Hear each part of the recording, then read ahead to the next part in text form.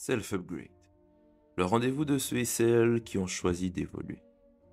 Nous étudierons ici comment certains individus ont, par leurs actions, upgradé leur vie. Ils ont dû agir, aller parfois dans l'inconfort ou agrandir leur zone de confort. Soyez attentifs, concentrez-vous et rejoignez-nous. Je suis Jérémy François, votre hôte, et ma promesse reste inchangée. Celle de vous confirmer que vous sortirez forcément grandi de cet épisode. Le moment est venu et je vous souhaite à tous et à toutes un bon upgrade. Ok, salut Alexis, Salut Jérémy. comment tu vas? Bah écoute, ça va bien, ça me fait très plaisir d'être en ta compagnie voilà, pour échanger. Ça fait longtemps parce Ouais, qu'on s'est pas croisés, donc voilà. c'est vrai, c'est vrai. Moi je suis content aussi parce que on reçoit en tout cas quelqu'un qui a fait plein de choses. Je ne vais pas commencer à dévoiler ta vie parce que je vais te poser des questions, mais qui a fait plein de choses, qui évolue beaucoup dans l'écosystème, à la fois je dirais tech, no code, produits, etc. Donc je trouve que ça va être une discussion super intéressante. Pour ceux qui ne te connaissent pas, peut-être qu'il n'y en a pas beaucoup, mais pour ceux qui ne te connaissent pas, est-ce que tu peux juste nous dire qui tu es, peut-être ton parcours et ce que tu fais aujourd'hui? J'espère qu'il y a plein de gens qui me connaissent pas, comme ça c'est l'occasion d'agrandir un petit peu ma notoriété grâce à toi. Bah écoute, moi je suis le cofondateur d'une société qui s'appelle Contournement, dont on va, je pense, parler principalement aujourd'hui. Sinon, bah, à la base, moi je suis développeur. Enfin voilà, j'ai fait des études techniques, j'étais à la fac, j'ai étudié tout ça, j'étais dev, lead dev, voilà, jusqu'à aboutir à atterrir dans une boîte qui s'appelle Simplon, qui fait de la formation au code. Mais moi, à l'intérieur de à Simplon, j'ai créé une agence web en fait, qui recrutait des anciens élèves de Simplon pour devenir développeur. Enfin, et l'agence permettait un petit peu leur mettre le pied à l'étrier. Voilà, on travaillait sur des vrais projets. On a fait aussi des devs un peu plus seniors qui les encadraient. Donc voilà, petit à petit, je me suis vraiment éloigné du dev. Voilà, donc aujourd'hui, bah, c'est vrai que je me présente plus comme dev, même si je pense que c'est quelque chose qu'on a toujours en soi. D'ailleurs, ça me sert beaucoup dans le no-code. Voilà, et aujourd'hui, bah, donc, je fais cette société Contournement avec mon associé Erwan, que j'ai rencontré à Simplon, qui était un des cofondateurs de Simplon. Et on fait des formations aux outils no-code, alors que à certains outils. On est assez spécialisé sur ce qu'on appelle les no-code ops, donc tout ce qui est Airtable, Zapier, Make, Notion. En gros, tout ce qui est automatisation, organisation des données. Voilà, parce qu'on pense que c'est ça qui amène le plus aux gens, en fait, qui change un petit peu la vie sans trop exagérer, mais voilà, automatiser, je pense que ça peut permettre de gagner du temps. Et voilà, c'est un petit peu ça notre vision. Ok, ok, super. Alors, tu vois, une question déjà me vient à l'esprit. Tu étais dev, euh, tu es allé du coup chez Simplon, tu as connu le modèle de l'agence. Je pense que, on le sait tous les deux, le modèle de l'agence, il y aura, je pense, toujours du travail. Si tu es une bonne agence, que tu fais du bon travail, ben, c'est du service, mais tu auras en tout cas toujours moyen, en tout cas, de vendre des prestations. Pourquoi vous créez Contournement? Euh, En fait, c'est intéressant parce qu'il y a un vrai lien avec l'agence. Euh, à la base, on est parti de Simplon pour des raisons. On n'est pas parti de Simplon pour faire Contournement, on est parti de Simplon à des moments différents. Déjà, moi, je suis parti un an après Erwan. Mhm. Voilà, c'est une super société, c'est un super projet. On a vécu une croissance, une hyper croissance quasiment, comme on dit dans les startups. Donc ça, c'est difficile de garder un peu son ADN et tout. Donc voilà, bon, on est parti. Nous, on était toujours en contact avec Erwan. C'est lui d'ailleurs en fait qui vraiment suivait ces outils no code. Mais donc en fait, on a fait un petit peu des choses différentes. Lui, il a fondé une autre boîte. Il faisait de la formation. Moi, je les ai un petit peu aidés dessus. Et en fait, petit à petit, l'idée de Contournement est venue. Mais c'est vrai que moi, et je pourrais revenir un peu plus sur pourquoi on a fait Contournement, mais c'est vrai que moi, les outils no-code, au début, la première chose que j'y ai vue, c'est le fait de pouvoir aider les gens à ne plus être dépendants d'agences. Tu vois, c'est ça qui m'a plu, Ok.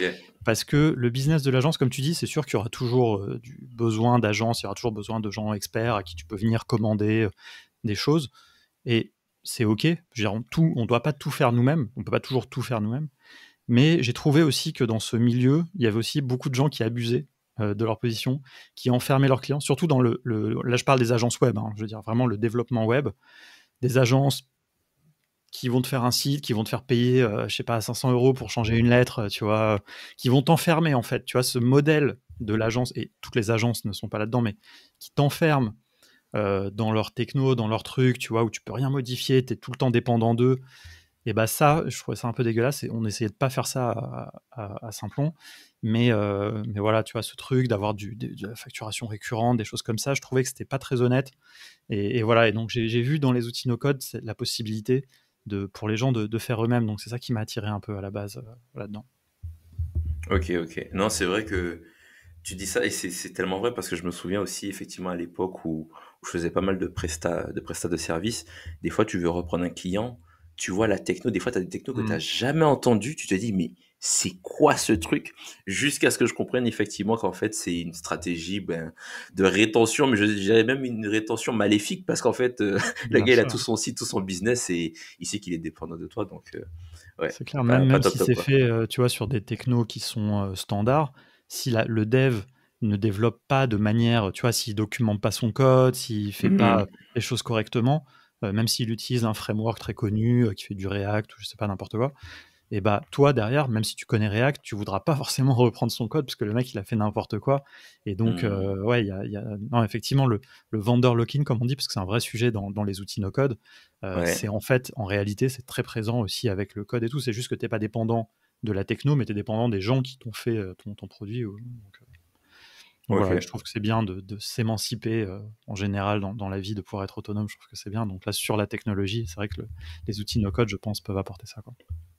Ouais, non, clairement. Et puis c'est vrai que, de toute façon, on en parlera aussi, mais tu vois, je pense que je sais pas, il y a combien de reconversions. Déjà, il y avait beaucoup de reconversions je ne connais pas du tout la tech, je deviens dev, mais sur Mm. le no-code, c'est encore plus accéléré et c'est Mm. les gens, tu vois, des profils qui sont à l'ouest de Mmh. tout ce qui est Ouais, tech, etc. Et puis qui, peut-être en 1 an de focus, même en 6 mois, 1 an de focus, peuvent devenir experts puisque les outils sont nouveaux. Si tu as passé 1 an à te exactement, ouais. focus sur une techno, bah, tu peux devenir. C'est ce que j'aime avec la tech, c'est que je mets des guillemets, mais je trouve que c'est aussi au mérite. C'est-à-dire, plus tu passes du temps sur un outil, plus tu fais des choses et plus tu fais des projets. Et je sais que chez Contournement, vous avez une méthodologie très axée projet. Et plus, en fait, c'est en mettant les mains dans le cambouis que tu seras récompensé, en fait. Donc, j'aime beaucoup cet aspect-là, quoi.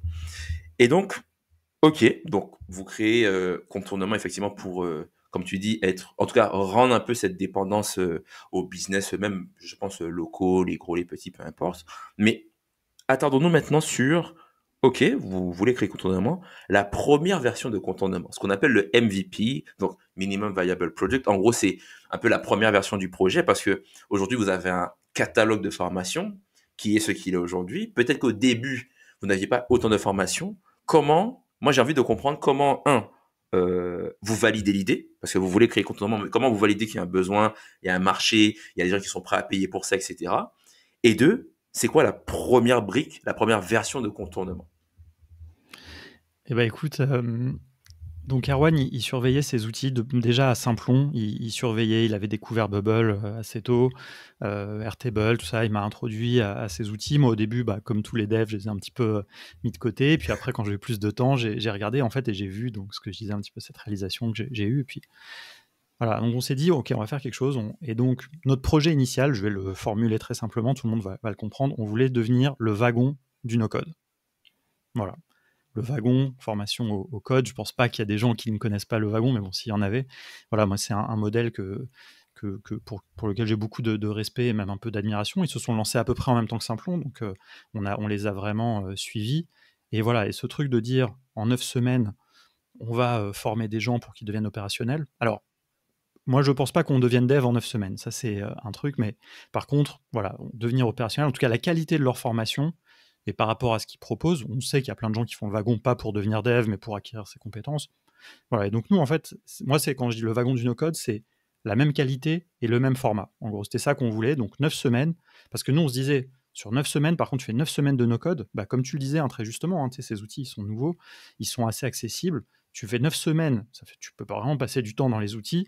Et après, en quelques mois, derrière, la personne, bah, en fait, tu lui as non seulement mis le pied à l'étrier, mais elle peut devenir effectivement un petit peu experte, quoi.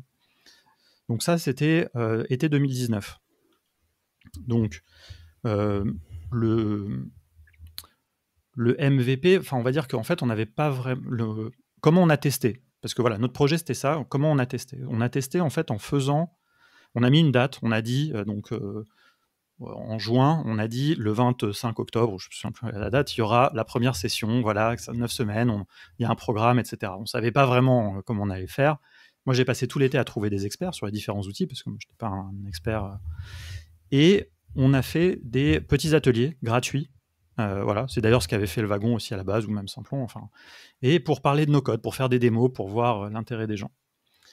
On en a fait au mois de juillet, après en août, on a pris un peu des vacances, après on a fait en septembre. Et clairement, arrivé fin septembre, on avait fait, je pense, déjà 5-6 ateliers. Alors certains, il n'y avait pas beaucoup de monde. Certains, on avait eu la chance, on avait fait des... On était allé, par exemple, c'est Switch Collective. Enfin, voilà, on avait essayé de trouver des gens qui avaient déjà des communautés, quoi. Mais clairement, le résultat était sans appel. À fin septembre, on avait 0 personne pour notre bootcamp. Voilà. Donc, ça nous a permis de tester. Clairement, il y avait de l'intérêt, on le voyait. Mais tous les gens, ils nous disaient la même chose. Ils nous disaient, j'ai pas 9 semaines. J'ai un projet, mais j'ai pas 9 semaines. Et clairement, le no-code à l'époque était vraiment inconnu quasiment. Donc les gens, ils n'allaient pas démissionner de leur job, faire la formation, parce qu'ils ne savaient pas ce qu'il y aurait derrière. Le wagon, tu démissionnes, tu fais le wagon, tu sais que derrière, tu vas trouver un boulot d'une manière ou d'une autre. Enfin, donc voilà, donc on était complètement à côté de la plaque quelque part. Donc on s'est dit, ok, bon, on va faire 5 semaines. Parce que même 9 semaines, ça n'avait pas vraiment de sens, parce que on disait, dans notre discours, on disait, les outils no-code, ça permet d'aller plus vite, etc. Donc en fait, les gens, ils disaient, oui, mais bon, alors pourquoi je vais faire 9 semaines comme les devs, quoi. Donc après, on a dit 5 semaines, on a toujours trouvé personne. Et après, on a fait une dernière itération avant la fin 2019. On a dit, on va vous aider à faire votre projet. Vous allez venir avec votre projet. Et ça sera un soir par semaine et le samedi. Et là, on a trouvé 4 personnes. Voilà, donc on a fait une première formation qui s'appelait Side Project. Donc c'était beaucoup moins intense. Les gens, ils avaient chacun un projet et puis ils venaient, et puis on les a accompagnés. Ça nous a permis de commencer à travailler avec des gens, avec Lucien par exemple, qui est un expert Bubble. Il a accompagné, donc ça a très marché. Bon, 4 personnes, je ne sais plus combien on faisait payer ça, 1 500 €, un truc comme ça. Clairement, on était à peine rentable. Donc voilà, et donc ça c'était la première version, j'ai envie de dire. Mais clairement, on voyait quand on a essayé de lancer un deuxième batch, on trouvait personne. Donc en fait, arrivé au début 2020, on a fait en fait un premier pivot. Enfin, en tout cas, on avait imaginé un premier pivot, c'était de se dire, ok, faire ce que je vais appeler du B2C, c'est-à-dire essayer de trouver des gens, des particuliers pour acheter notre formation. Ça marche pas, c'est trop tôt, on n'a pas la bonne proposition. Donc on met ça de côté. Et par contre, en parallèle, on avait eu des petites touches grâce au contact d'Erwan pour faire du B2B, c'est-à-dire faire des formations en entreprise beaucoup plus classiques. Bon, 2 jours de formation sur Airtable. Et donc on s'était dit, ok, on va pivoter, on va faire ça. On va faire, Erwan, il va activer son carnet d'adresses, et puis on va aller faire ça le temps que les gens, le grand public, découvrent. Et puis en fait, il s'est passé un truc, c'est qu'il y a eu le Covid, quoi. Il y a eu le Covid, et donc là, le peu de formation qu'on avait déjà, qu'on devait aller faire dans les entreprises, a été annulé. Et donc là, on a dû pivoter encore. Et c'est là où, en fait, où la forme actuelle de contournement a pris est arrivée. Parce que là, en fait, on s'est dit, il faut passer en ligne, on n'a pas le choix. Et donc là, on a repris notre stratégie de faire des ateliers, sauf que là, on a fait des webinars, les gens, ils avaient le temps. Et donc là, là, on a fait grandir notre audience, on a filmé avec les moyens du bord des formations en ligne, on a commencé à les vendre, et puis voilà, en fait, on s'est dit, finalement, c'est peut-être pas plus mal, et c'est peut-être vers ça plutôt qu'on va aller. Après, ça a un petit peu évolué, mais je te laisse déjà avec ça. Ouais, non, mais c'est ultra intéressant. Déjà, là, tu nous as parlé, tu vois, tu as fait au moins 3 itérations. Est-ce que tu peux nous dire, ces itérations-là, ça se passe en combien de temps? Et comment tu décides? Là, c'est assez simple parce que tu te dis, voilà, il y a personne, on passe à 5, etc. Mais c'est quoi l'espace-temps de ces itérations-là dont tu parles? C'est 1 mois à peu près. Parce qu'en Un fait, mois. comme à l'époque, on faisait des formations en présentiel, tu es obligé de mettre une date. Et donc, en fait, ta date, tu peux pas la décaler trop non plus. Donc, en fait, quand tu te rends compte que tu n'as pas rempli, parce qu'en fait, des fois, on avait 1 ou 2 prospects. Donc, en fait, tu peux pas leur dire, en fait, c'est dans 6 mois le truc. Donc, tu décales. Donc, par exemple, les 1 ou 2 qui étaient à peu près vaguement intéressés par les 9 semaines, on leur a dit, en fait, attendez, dans 1 mois, on va faire plutôt 5 semaines. Et comme ça, on a tout. Et puis, en fait, on a vu qu'il n'y avait pas. Et donc, en fait, voilà. Donc, c'est comme ça parce que on n'avait pas beaucoup d'audience, mais on avait quand même, on voyait bien, on avait avec les petits ateliers, etc., on avait déjà constitué quand même un petit fichier de gens qu'on pouvait solliciter pour voir ce qu'ils pensaient, quoi. Ok. Donc voilà, c'est assez vite. Et puis même, après, par exemple, la formation Side Project, donc il n'y avait que 4 personnes. Donc pareil, on les a trouvés en un mois à peu près. Enfin voilà, c'était en gros de septembre jusqu'à... On l'a fait en novembre, je crois, la formation de Project. Donc on a fait... Et puis après, en fait, de toute façon, on a tiré quand même la conclusion que globalement, à la fin de l'année, quand on a fait notre bilan, on s'est dit, bon, pour l'instant, ça marche pas, quoi. 4 personnes, ça suffit pas, quoi. Ok, ok. Et ok sur ça. Et donc, comment tu passes de ce que vous aviez, donc tu m'as dit effectivement, donc vous avez essayé en tout cas le B2B, etc. Comment vous en êtes arrivé à ce qu'est Contournement aujourd'hui? Parce que je trouve que ça a aussi beaucoup évolué. En tout cas, je trouve. Ouais. Parce que moi, j'ai vu quand même de loin ce que vous faisiez au début. Et en fait, je trouve que déjà, t'en as pas parlé, mais le Slack, nos codes France, à la base, c'est vous qui êtes derrière ça au tout début. C'est, donc je te laisse en parler un petit peu. Effectivement, ouais. Non, oui, c'est vrai que je l'ai pas mentionné, alors qu'en fait, quand je dis qu'on avait une petite audience, etc., c'était aussi là, quoi. Donc très rapidement, parce que ça fait partie quand même des choses un peu où justement il faut un peu galérer, quoi. Donc quand on a fait Contournement, notre projet c'était de faire des formations, mais on s'est dit, bon, tant qu'à faire, il n'y a pas grand monde qui parle de no code, donc on va essayer aussi de faire une communauté. C'était très en vogue de toute façon là, dans la fin des années 2010, voilà, les communautés, la création de contenu, tout ça. Donc voilà, on a lancé un podcast, on a lancé, ça c'était la partie contenu, chaîne YouTube et tout, et puis la communauté. Et donc en fait, moi en gros, dès que je voyais des gens qui parlaient de no code sur Twitter ou n'importe où, les gens qu'on voyait dans les événements, dans les meet-ups, ce qu'on organisait, après je les ramenais sur le Slack, donc qui était le Slack de Contournement. Mais pendant 6 mois, en gros, c'est moi qui parlais tout seul quasiment dessus, quoi. Enfin voilà.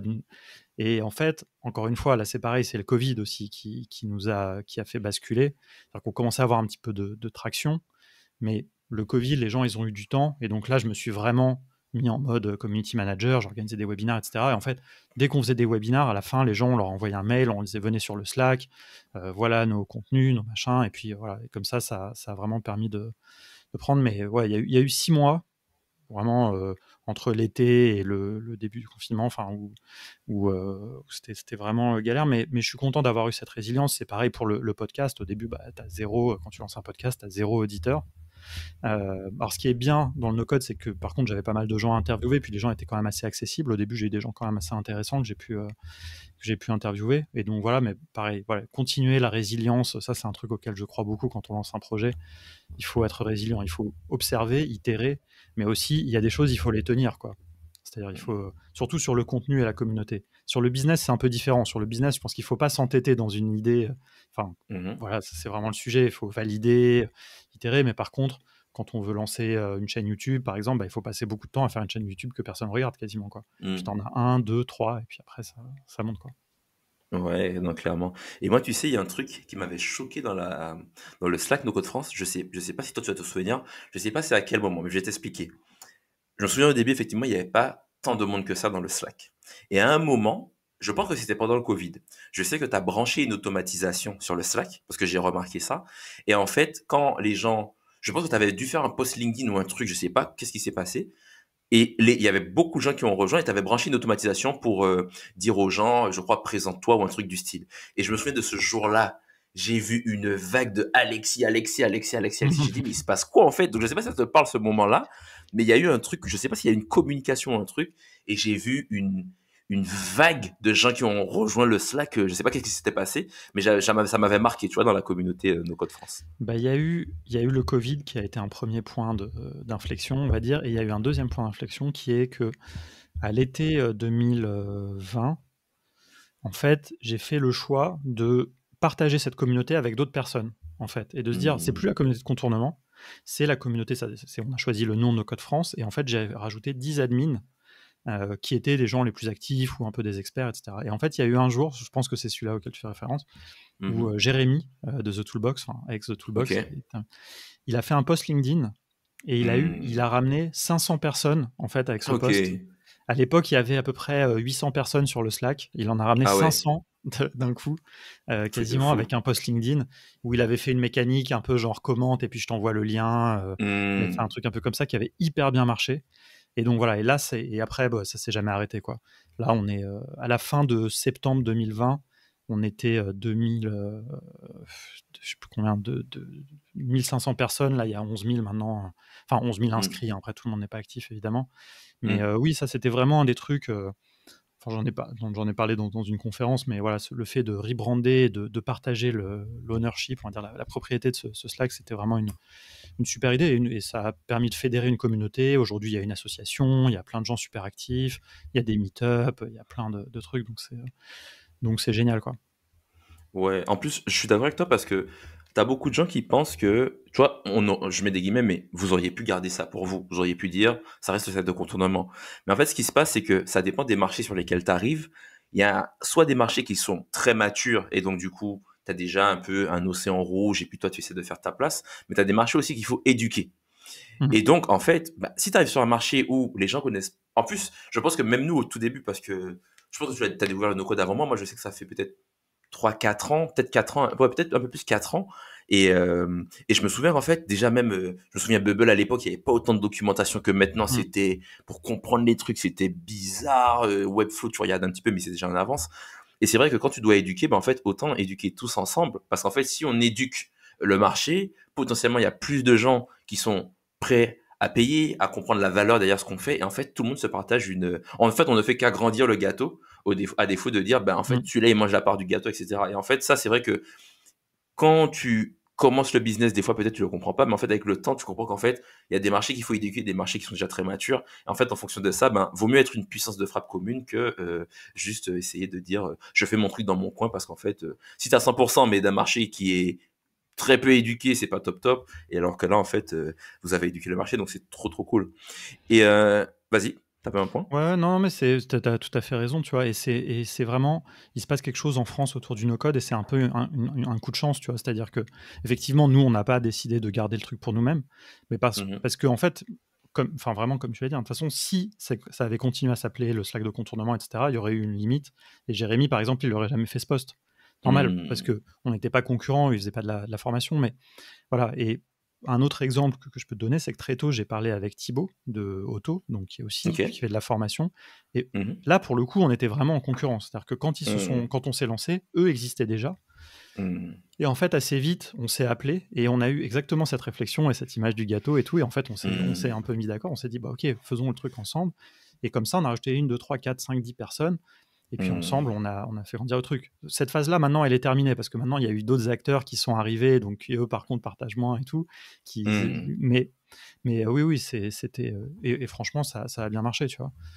Donc, non, je Ok. suis vraiment content d'avoir fait ça. Et ça fait que, bah voilà, aujourd'hui, en France, il y a une très grosse communauté, il y a plein de choses qui se passent. Parce que la fondation, ça a été.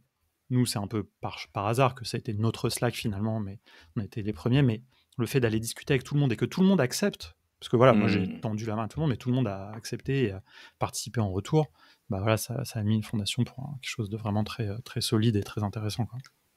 Ok. Ok. Et donc, du coup, parlons de l'aspect communauté parce que, tu sais, on dit beaucoup en tout cas dans le milieu de la tech, ou même des indie hackers, ou etc. Indie hackers, c'est des gens qui vont construire des produits un peu seuls ou en très petites équipes. On dit souvent, construis une communauté au départ. Donc, construis vraiment une communauté. Et en fait, soit en éduquant ta communauté, ou en partageant des ressources, ou même en partageant ton propre parcours, en disant, ben, voilà, je suis en train de découvrir le no-code, je vous partage un peu les tips, je fais une newsletter, etc. On dit souvent que de la communauté vont émaner des besoins, et que ces besoins-là, justement, vont te permettre de créer des produits. Toi, c'est quoi ton avis sur ça, par rapport à ça? Ouais, non, bah c'est carrément ça. Par contre, le truc que nous, on pensait au début, c'est que notre communauté, ça serait aussi nos clients. Or, Hmm. ça, on s'est rendu compte assez vite que ça serait pas le cas. Et c'est aussi ça qui a fait qu'on s'est même pas posé de questions. On s'est dit, mieux vaut la partager avec plus de monde, il y aura plus de gens. Parce que, en fait, quand c'était notre communauté à nous, on n'était pas du tout à l'aise d'essayer de vendre des choses aux gens. Parce que forcément, bah, sinon, ils vont partir. Enfin, il y a pas. Mais par contre, clairement, tu vois, je peux te donner un exemple simple, hein. C'est-à-dire que pendant le confinement, j'ai filmé la première formation, une formation d'initiation au no-code. C'est une formation en fait qu'on avait fait en présentiel avant, qu'on avait du mal à vendre en présentiel. Je ne l'ai pas mentionné d'ailleurs tout à l'heure, mais on faisait aussi des ateliers d'une journée, des choses comme ça. On avait Ok. du mal à remplir. Donc j'avais le programme, je l'ai filmé dans ma chambre, comme ça. Là, voilà, j'ai Ouais. filmé ça vraiment en mode à l'arrache. Et là, du coup, bah, je pourrais pas dire que celle-là, je m'appuyais sur les besoins des gens, même si mais par contre, j'ai eu des retours de la communauté. C'est-à-dire que j'ai dit: «OK, les 10 premières personnes qui s'inscrivent, ils payeront, moins 90%, mais par contre, en Ok. échange, vous allez nous faire des retours». Ok. Voilà et là, tout le monde n'a pas joué au jeu, mais la plupart ont joué le jeu. Mhm. Et donc voilà et donc clairement, c'était, donnant-donnant, quoi et après derrière, nous, on a amélioré notre produit et après on a commencé à le vendre, un peu dans la communauté, mais sans faire de forcing, mais par contre et après en dehors, quoi, surtout. Mais les gens aussi, on avait des gens qui nous ont recommandés, qui ont donc voilà, en fait, c'est cette réalisation et c'est aussi quelqu'un qui m'avait un peu aiguillé là-dessus. Il m'a dit: «Ta communauté, c'est pas vos clients, c'est vos ambassadeurs, plutôt» Hmm. et ça s'est révélé, très vrai donc ou même, tu vois, des fois, quand on a des doutes, on peut poser des questions, les gens nous donc on peut effectivement un peu observer les besoins ou au moins avoir du feedback. Enfin, il y a plein de choses qui font que voilà. Mais par contre, c'est pas là où tu vas aller puiser le plus pour, tes clients. Ce qui paraît normal, il faut aller Hmm. chercher en dehors, quoi. De toute façon, sinon, Hmm. tu rinces les gens, vite, quoi. Ok. Eh ben, sur ce point-là, tu vois, c'est intéressant qu'on en parle vite fait. Tu vois, tu dis qu'effectivement, la communauté, effectivement, c'est pour l'échange et c'est pour éduquer les gens, comme on l'a dit, etc. Il y a deux points sur ça que j'aimerais bien évoquer avec toi. Le premier, c'est est-ce que tu penses que, justement, de par la typologie du no-code, qui se veut un peu émancipation, donner accès à tous, un peu, je mets des guillemets, mais mettre tout le monde au même niveau et faire en sorte qu'il y ait un peu d'égalité, que ce soit pas que les devs qui aient un super pouvoir, ça fait que tu peux pas faire payer les gens constamment. Ou est-ce que tu penses aussi que c'est lié aussi des fois au mindset français? Je m'explique. On est, je pense, tous les deux des fois dans des communautés anglophones. Dans les communautés anglophones, moi je vois que quand, et alors USA, mais peu importe, c'est vraiment anglophone, quand les gens veulent un truc, ils n'hésitent pas à payer. Les gens payent, mais ultra facilement. Ça, c'est un truc que j'ai remarqué, tu vois. Mmh. Même une question, je me souviens, j'étais sur une communauté de no-code, mais anglophone, et il y a un gars qui posait une question, et je lui dis, il posait une question sur Stripe, et je lui dis, voilà, pour faire Stripe, parce que l'API Stripe, en tout cas, elle a beaucoup évolué, mais des fois, c'était pas accessible à tout le monde. Donc Stripe, c'est un logiciel de paiement, on va dire, paiement en ligne. Et je lui expliquais, et le gars m'a dit tout de suite, bah écoute, je peux te booker une heure, c'est combien ton tarif pour que tu me montres? Et je me suis dit, ah ouais, en fait, les gens, ils veulent payer quand c'est pour résoudre le problème, ils n'hésitent pas à payer. Mmh. Toi, tu vois, parce que de là, tu me dis effectivement que tu peux pas effectivement parler, en tout cas, vendre ou etc. Est-ce que tu penses que c'est lié au mindset français? Est-ce que c'est lié au no-code? Est-ce que c'est un peu des deux? C'est quoi ton avis sur ça? Franchement, c'est une bonne question. Je pourrais pas vraiment te répondre parce que j'ajouterais je pense que les 2 sont vrais. Mhm. Le côté ne pas payer, c'est un truc qui c'est vrai que je trouve un peu ennuyeux parce que c'est vrai pour, la formation, le conseil, c'est vrai aussi pour les outils. Les gens veulent tout le temps utiliser gratuitement les outils et ça pose, plein de questions et c'est vrai qu'aux États-Unis ou même dans les pays anglo-saxons, j'ai envie de dire en général, j'ai l'impression que c'est vrai que ça se pose pas trop. Donc moi, je suis vraiment d'accord sur ces 2 points. Nous, dans notre cas, il y a aussi le fait que nous, on n'était pas très à l'aise, on n'est pas très bon en vente et en marketing et donc mais je pourrais pas te dire. En tout cas, ce qui est sûr, c'est 2 choses un peu différentes. Alors, sur le premier point, c'est le truc qu'on a remarqué, c'est que déjà les gens dans la communauté, souvent, ils étaient un peu trop avancés pour qu'on leur vende des formations, de toute façon. Ok, ok. Et mais aussi, tu as raison, c'est que de toute façon, normalement, si on fait bien notre travail, une fois que les gens ils sont formés, bah, on n'a plus rien à leur vendre, quoi. Je veux dire, à un moment, on a fait Hmm. plusieurs niveaux de formation, mais nous, en vrai, on est content aussi. C'est un peu un problème d'un point de vue business, on n'a pas vraiment de récurrence.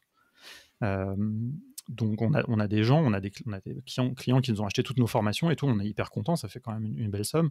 Mais c'est vrai que du coup, il y a une limite à ce que et donc ça, c'est lié et en même temps, on s'en plaint pas parce que après à nous, hein, de trouver la bonne formule. Mais ouais, après, tu vois, nous, on est un petit peu moins sur le 2e point. C'est vrai que c'est un truc que je vois dans la communauté, c'est que les gens veulent beaucoup de conseils et d'aide gratuitement et sont pas toujours prêts à payer. Alors c'est super, il y a beaucoup de gens qui donnent, hein, franchement, qui aident. Mais après, bon, ça dépend un peu desquels, tu vois. Je vois des freelances qui ils ont un Calendly, par exemple, un lien avec tu peux booker une heure et ça a un certain prix. Mais c'est vrai qu'il y a un peu cette attente toujours en France que tout soit gratuit. Euh, je sais pas. Mais bon, la formation, je trouve que ça a quand même une certaine valeur. Tu sais, les gens on sait que la formation, quand même, c'est payant, quoi. Tu vois, je sais pas, c'est pas pareil pour Hmm. le conseil ou pour ou même un petit dépannage, tu vois, les gens ils disent, ah, bah, tu me dépannes pendant 1 heure, c'est gratuit, tu vois, alors que bah, non, 1 heure de temps, surtout 1 heure Ouais, d'expertise, bien sûr. c'est ça que je trouve ennuyeux en France, ou je sais pas, en Paris, mais c'est ce côté un peu, on valorise pas assez, je trouve, l'expertise. Si quelqu'un sait faire, enfin, quand le plombier il vient et te débouche tes toilettes, tu lui dis jamais c'est gratuit. Tu le sais, tu vois, tu payes et t'es content parce que lui, le mec, il a mis les mains dans ta merde, tu vois, et tu le, Ouais, mais et alors que, dans le numérique, et des fois, il y a moins ce truc-là, et bon, voilà, après c'est c'est vrai. après j'aime bien aussi le partage, tu vois? C'est-à-dire que c'est Bien dans la sûr. communauté No Code France, c'est super, il y a beaucoup de partage, mais il faut valoriser aussi un peu l'expertise, quoi. Ouais, clairement. C'est vrai que c'est difficile de trouver le point de bascule. C'est comme les gens qui te DM. Moi, je sais que tous les jours, j'ai au moins des DM. Et puis, tu sais pas, en fait, jusqu'où ça va les questions. Au début, ça commence par deux, trois questions. Après, tu as des pavés et tu vas Mmh. passer du temps pour lire le pavé, pour donner une réponse et pour te repose des questions. Au final, tu Ouais, dis, bon, c'est bah, clair. tiens, un lien. Et puis, si tu veux faire un truc vraiment costaud, on y va. Mais c'est vrai que, en tout cas, c'est ça parce que j'ai eu la chance de travailler dans des boîtes, tu vois, néerlandaises, etc. Et c'est vrai que c'est un mindset totalement différent. Les gens, paye, mais constamment pour tout. Et c'est normal, c'est accepté. Donc, je sais pas. Mais OK sur ça. OK sur ça. Donc, si on récapitule, vous avez eu l'idée, vous avez pas mal testé, vous avez itéré. Donc, vous avez, voilà, en fonction des retours terrain, puisque on dit souvent que le marché a toujours raison. Donc, en fait, vous avez itéré, etc. Ensuite, vous avez aussi créé la communauté. Donc, arrivons sur ce point. Comment aujourd'hui, contournement est ce qu'il est et pourquoi? Je sais que vous vous intéressez beaucoup au côté Ops. Donc, est-ce que tu peux nous Mmh. expliquer ce que c'est et pourquoi vous avez, je mets des guillemets, mais pivoté vers cette verticale Mmh. un peu de l'utilisation du no-code, si on peut dire? En fait, quand on a commencé, on était un peu comme tout le monde, fasciné par, les outils comme Bubble qui permettent à tout le monde de lancer son projet. C'est vrai que c'est le truc le plus visible, et voilà, et notre formation Side Project, c'était ça, quoi, tu vois? Et en fait, petit à petit, moi, vraiment, j'ai vraiment adoré Zapier, Airtable. Airtable, notamment, vraiment, c'est un outil que j'aime beaucoup. Et en fait, je me suis rendu compte petit à petit qu'en fait, parce que nous, on l'utilise énormément. Nous, on a plein d'automatisation. En fait, on est une toute petite société, hein, on n'a que 2 salariés, on est 2 cofondateurs. On a des freelances un petit peu qui travaillent avec nous, mais on a réussi un petit peu à scale grâce à ces outils. Tout est automatisé. Quand il y a une vente qui part, toute la génération de factures, machin, tout est automatisé, quoi. On n'a pas besoin d'assistantes ou de gens qui font des trucs chiants. Et donc, en fait, ça, je me suis dit, mais en fait, c'est ça, quoi. C'est la vraie révolution. C'est moins sexy, c'est moins visible. On utilise souvent l'image de l'iceberg, tu vois, c'est-à-dire que les gens voient la face visible. Ouais, je vais lancer ma startup, je vais devenir riche grâce au no-code, mais en fait, c'est en dessous, c'est l'organisation, c'est les automatisations, parce que ça s'applique dans plein de contextes. Et donc, c'est là où on s'est dit, ok, en fait, quand on a commencé à travailler sur notre branding avec un studio qui s'appelle Paperclip, qui nous a fait notre site, donc quand c'est début 2021, je crois, bah là, on s'est dit, ok, il faut qu'on affine. On va pas faire le open classroom du no-code, on n'en est pas capable, on n'a pas forcément envie. Donc, on va se focaliser sur ces outils-là, 4 outils, même 3 au début, on a rajouté Make après. Et voilà, donc ça, c'est vraiment notre vision. Donc ça a été effectivement, je dirais pas forcément un pivot, mais un affinage. Mhm. Mais voilà, donc début 2022, enfin en 2022, quand on a sorti notre nouveau site, Contournement, c'était des formations en ligne sur les ops. On avait un peu de B2B à côté, on a toujours eu un peu de B2B, enfin à partir du moment où ça a un petit peu repris après je sais pas si le Covid est terminé d'ailleurs, mais bon, enfin en tout cas quand ça s'est un peu calmé. Ouais. Et petit à petit, là maintenant on est un peu sur un dernier pivot, d'ailleurs on a un nouveau site qui va sortir à la rentrée. Là pour le coup c'est un petit peu un pivot, c'est-à-dire qu'on voit que on n'arrive quand même pas à scale autant qu'on voudrait la partie vente en ligne. Voilà, hein, d'ailleurs, je sais que tu as eu des échanges avec Gaëtan qui travaille chez nous. Voilà, on essaye un petit peu de prendre des idées un petit peu partout. Donc, c'est quelque chose qui tourne, mais on n'arrive pas à le passer à l'échelle autant qu'on voudrait. Est-ce que c'est à cause de ce qu'on évoquait avant ou pas? Je sais pas. Maintenant, on a aussi un peu plus de concurrence. Il y a des gens qui font des formations très bien aussi, des Shubham, etc. Donc, on n'est plus les seuls là-dessus. Et donc, on se dit par contre, nous, notre point fort, notamment avec nos recrutements, avec ce que c'est faire Erwan, c'est vraiment la formation pro. Donc, c'est les financements, mais c'est pas que ça, c'est faire des formations en entreprise, faire des programmes en entreprise, des choses comme ça. Donc voilà, et ça, c'est un peu notre angle final, je pense. Après, je dis ça, on sait jamais, mais c'est un peu, c'est-à-dire qu'on a du contenu, qu'on vend en ligne potentiellement, mais ce contenu, on le valorise aussi auprès d'entreprises.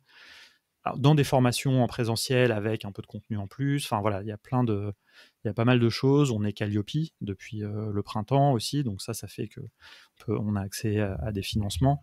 Et voilà, parce que nous, on est passionné de formation. On a recruté quelqu'un là-dessus, donc voilà, on est vraiment en train de devenir un organisme de formation un peu traditionnel entre guillemets, mais pas traditionnel justement parce qu'on automatise tout, parce que nos formations, on essaye de les faire, que ce soit pas les formations où t'as un mec qui vient faire des formations à Excel, il fait les mêmes depuis 10 ans, faire voilà, des trucs un peu cool, de la pédagogie active, comme tu disais au début, hein, des projets, plein de choses comme ça. Et voilà, c'est, je pense, un peu la forme un petit peu finale de contournement parce que ça y est, là, on est aligné en fait, bien tout, l'équipe, ce qu'on sait faire. On a, je pense, fait un peu nos preuves. Mais on voit aussi là où on n'est pas bon. On n'est pas aussi bon que Shubham, par exemple, pour lancer une nouvelle formation, quoi. Je pense que nos contenus Mhm. sont aussi bons, peut-être meilleurs, je sais pas, j'ai pas vu les formations de Shubham, il y a des bons Mhm. retours dessus aussi. Nous, voilà, ça fait 4 ans qu'on itère sur nos contenus vidéo. Par contre, voilà, on n'est pas des experts du marketing. Et en plus, pour être tout à fait honnête, je pense aussi, c'est aussi la raison pour laquelle on s'est focalisé un peu sur les ops aussi, c'est parce que le marché, c'est le marché entreprise. Et moi, je pense que les TPE, les PME, alors c'est pas facile de leur faire comprendre qu'ils ont besoin d'Airtable, mais une fois qu'ils l'ont compris, par contre, ça leur change la vie, quoi, je veux dire. Et ça, on en a Mhm. plein, des exemples de boîtes d'assaut aussi, enfin, plein qui ont pu vraiment se simplifier la vie. Enfin, vraiment, on a plein d'histoires comme ça qu'on documente et tout, justement. Donc voilà, et donc c'est ça un peu, c'est ça le marché qui nous intéresse, et un peu moins, et je vais le dire sans être trop péjoratif, mais un peu moins les wannabe entrepreneurs, quoi. Mhm. Ouais, non, non, clairement, clairement. Et je pense qu'effectivement, tu vois, on parlait d'éducation, c'est ça, c'est que les TPE, PME, des fois, en fait, tu sais, il y a un truc qui se passe. C'est que, et moi, en fait, tu vois, c'est plein de gens justement qui sont dans des TPE, PME qui m'ont fait remarquer ça. C'est que quand tu es dans la tech, tu es dans une bulle, mais tu sais pas que tu es dans une bulle des fois. En tout cas, moi, c'était mon cas. Et tu penses que tout le monde connaît les outils d'automatisation, Mhm. Notion, comme tu dis, Zapier, Make, N8N. Pour moi, tu vois, pour nous, c'est logique parce que on évolue dans cet écosystème depuis très longtemps.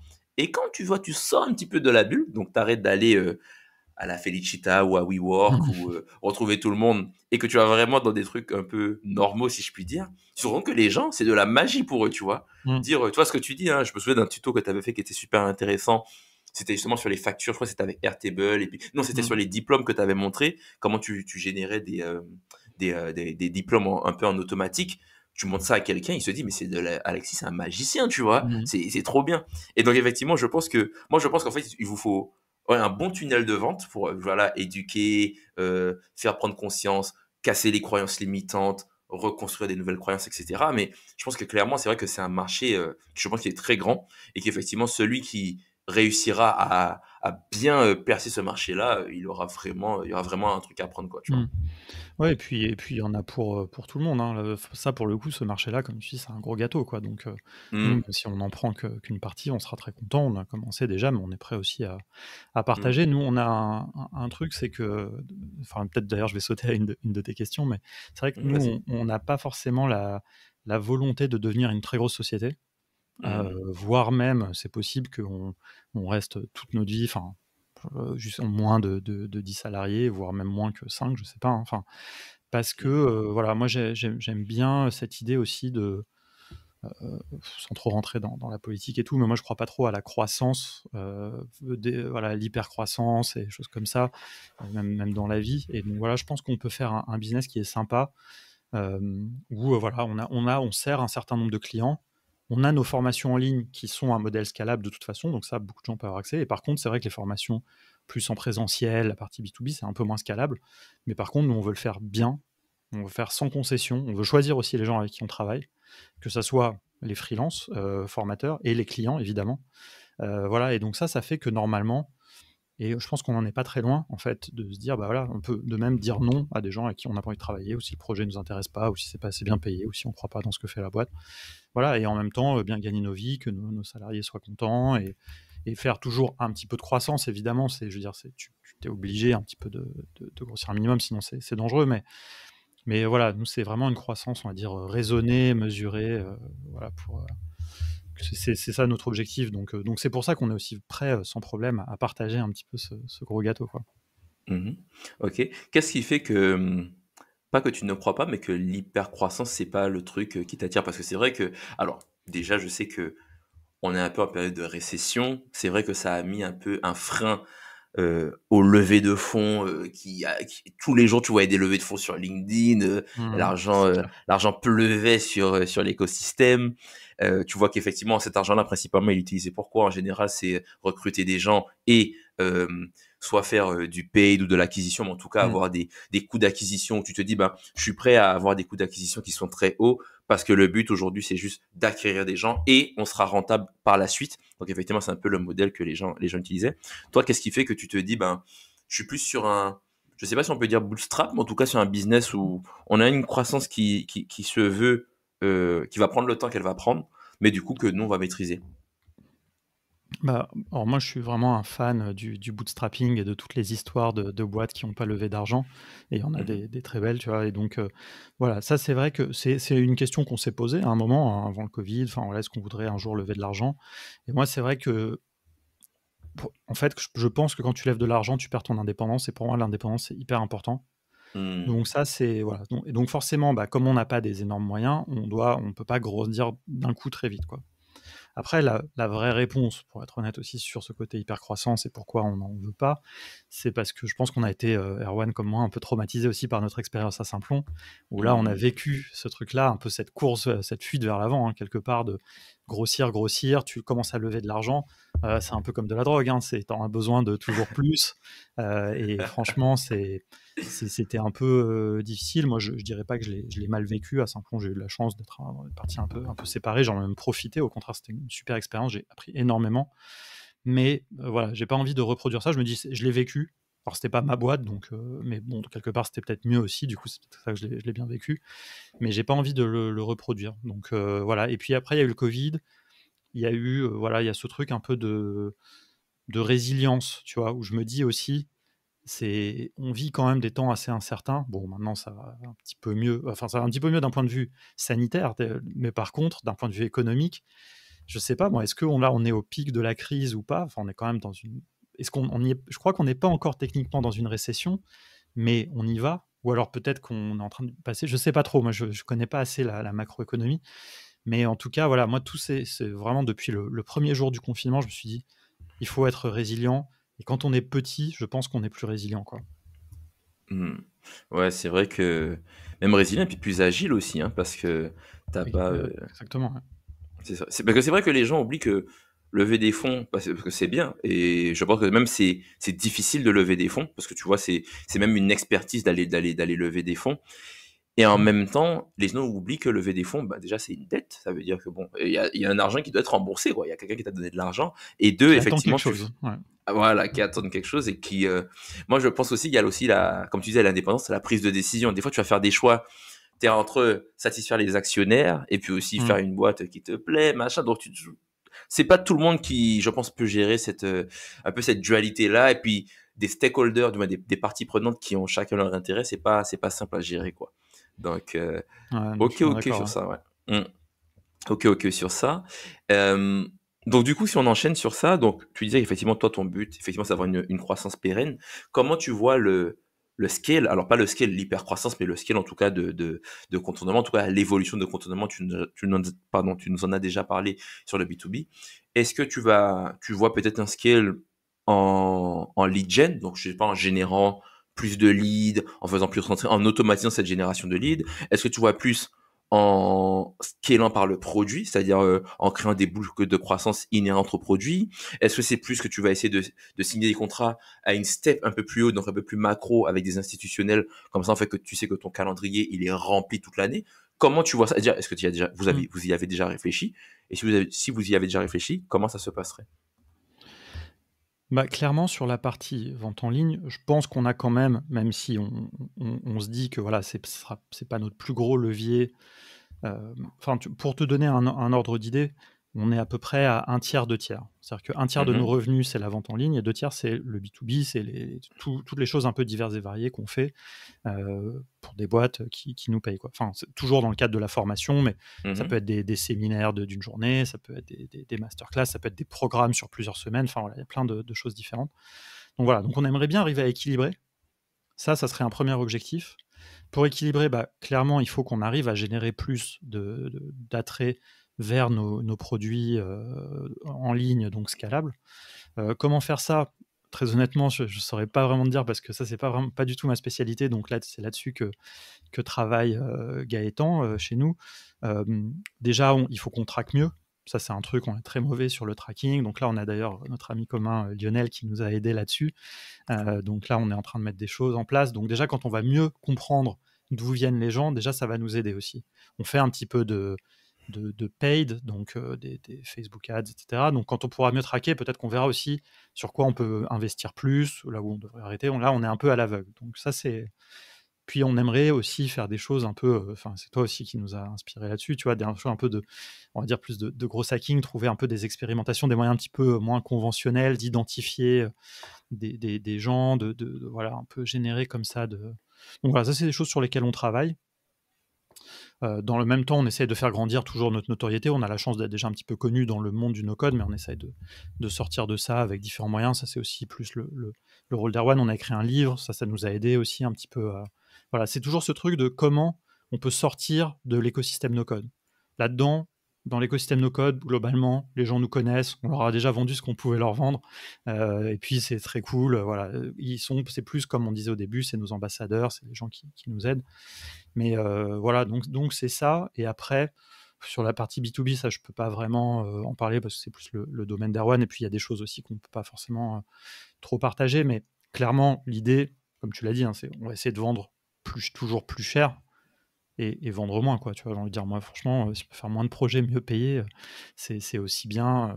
Voilà, parce qu'on pense que ce qu'on vend, il y a une certaine qualité. On a avec nous aussi vraiment les meilleurs formateurs, on les fait monter en compétences, on a du très bon contenu.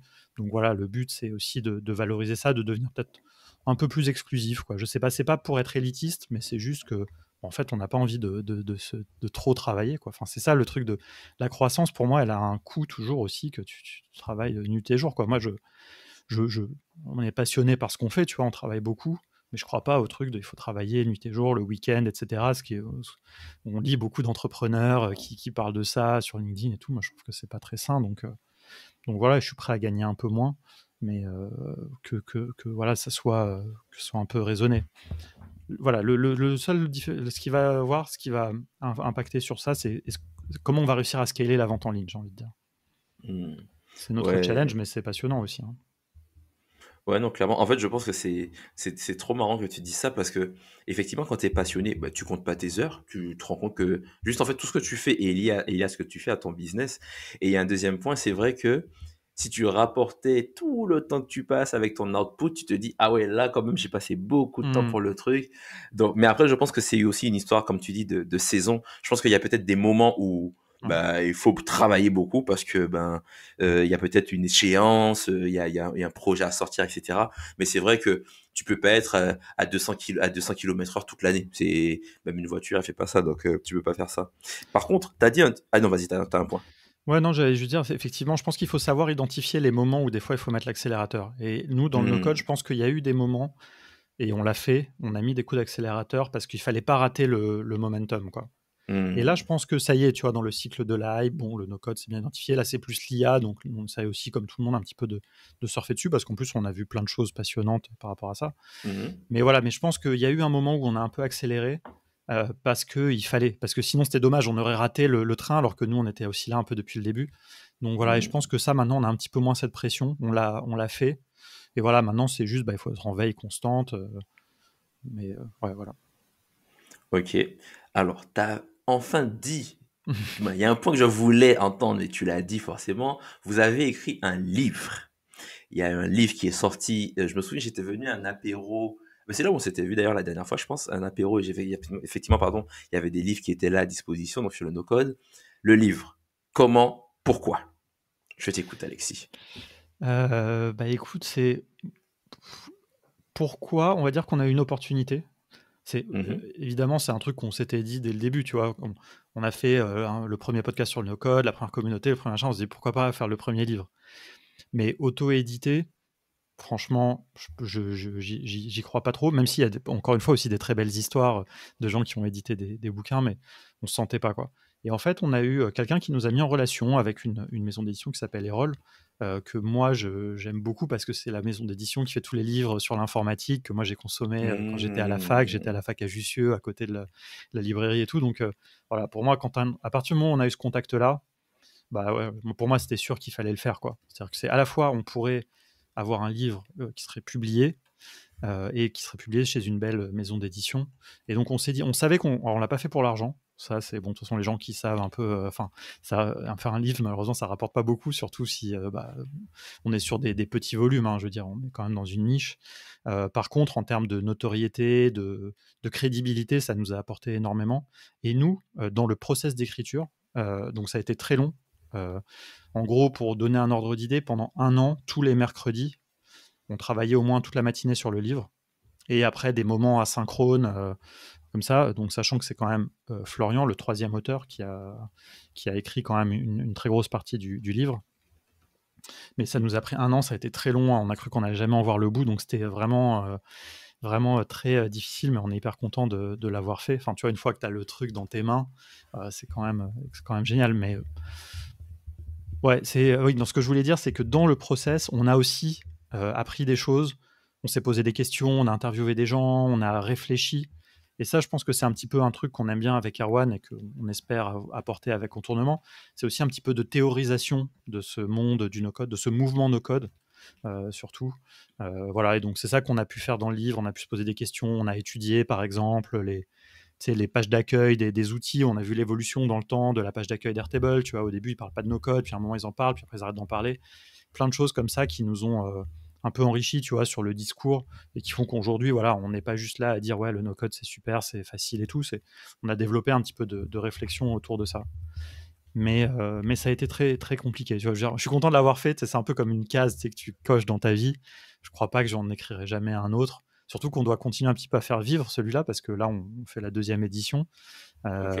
Donc, ça évolue tellement vite que voilà. Et même faire la deuxième édition, alors pourtant, on change pas grand-chose, mais bon, juste, comme il y a plein de choses qui sont mis à jour, bah voilà, ça nous prend un peu la tête, mais voilà, donc c'était bien. Quand ça s'est arrêté, en fait, c'était bien parce que ça nous a laissé de la place aussi pour repartir sur des nouveaux projets, des nouvelles choses. Donc c'était cool. Mais ouais, non, on est content de l'avoir fait. Mais en plus, c'est un buzz très éphémère. Par contre, ça, c'est un truc qu'on s'est rendu compte. Donc déjà, bon, c'est un petit peu un buzz de niche. Et donc, quand il y a eu la sortie, bah, c'est vrai que les gens étaient un petit peu impressionnés de dire, bon, premier livre sur le no-code. Et puis là, maintenant, bon, on nous en parle plus très souvent, quoi. C'est un peu Hmm. retombé. Donc, on espère, voilà, un petit peu avec la deuxième édition continuer un petit peu à en faire parler, mais bon, voilà, nous, on l'a fait, puis on verra bien. Ça accompagnera aussi l'évolution du no-code quelque part, quoi. Ok. Non, non, super. C'est vrai qu'effectivement, déjà chapeau parce que je pense que, comme tu as dit, toi, j'aime bien parce que ce dont tu parles, déjà tu parles avec beaucoup de sincérité et de franchise, c'est que comme on est dans une époque, en tout cas, tu vois, même avec la durée des contenus qui sont très short, on parle de snack content, etc., Hmm. les gens oublient que les bonnes choses prennent du temps. C'est-à-dire que quand tu fais, et vraiment ceux qui font du business s'en rendent compte, c'est-à-dire que tu peux avoir, je sais plus c'est qui a dit ça, mais il disait, il faut toute une vie pour avoir un succès du jour au lendemain. Hmm. Et en fait, ça prend du temps. Les bonnes choses prennent du temps. Il faut te tromper, il faut essayer, il faut faire plein de choses, il faut mettre beaucoup d'énergie pour qu'en fait, tu puisses recevoir quelque chose. Donc, et après, au bout d'un moment, effectivement, quand atteins un certain cap, mais il y a des choses qui prennent, en tout cas aux débutants, peut-être X temps à faire, mais toi, ça va aller très vite parce que tu as quand même toutes ces années derrière toi. Donc, moi, j'aime beaucoup en tout cas cet aspect-là de très terre à terre que vous avez. Et tu as parlé d'un truc. Et ça, je pense que c'est un truc qu'on connaît tous.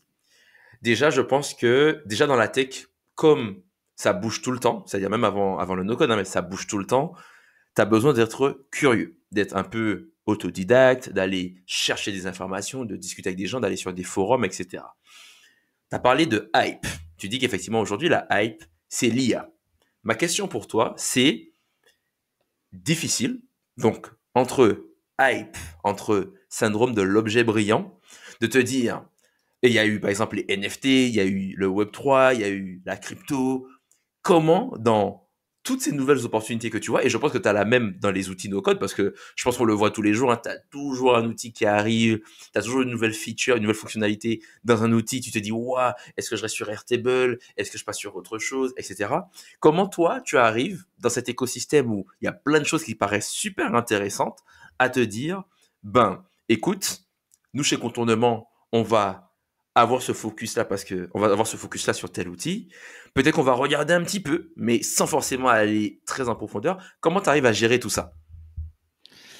Ben, en fait, en étant en veille constante, après, moi j'ai la chance, tu vois, d'être dans cette communauté no-code, de tout le temps discuter, tu vois, quand on se voit, on parle, tu vois, enfin, quand je vois Lionel, par exemple, on parle beaucoup, et il a beaucoup plus creusé sur l'IA, par exemple, donc le fait, moi je parle avec lui, bah, ça me donne des insights, des points de vue, et ça c'est tout le temps, et donc moi je suis tout le temps en train de ruminer ces choses. Et j'essaye de résister au syndrome de l'objet brillant. Ça, j'adore cette expression parce que franchement, dans le no-code, ça, c'est vrai que c'est vraiment. Je vois dans la communauté, les gens, hop, un coup un outil, un coup un autre. Dès qu'il y a un nouveau truc, les gens ils switchent. Et Ouais. ça, c'est vrai que bon, maintenant, on a un petit peu de recul, donc on a fait le choix de se tenir à certains outils.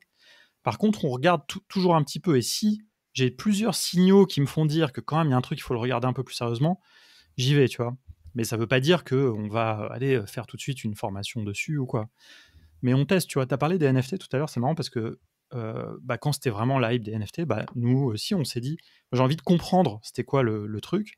Genre, à titre perso, je suivais un petit peu ça, mais je me suis dit, bah, chez Contournement, on a vendu nos formations, on a vendu un accès à toutes nos formations sous la forme de NFT. Hmm. Voilà, pour comprendre. On l'a fait que très peu. C'était pas du tout pour.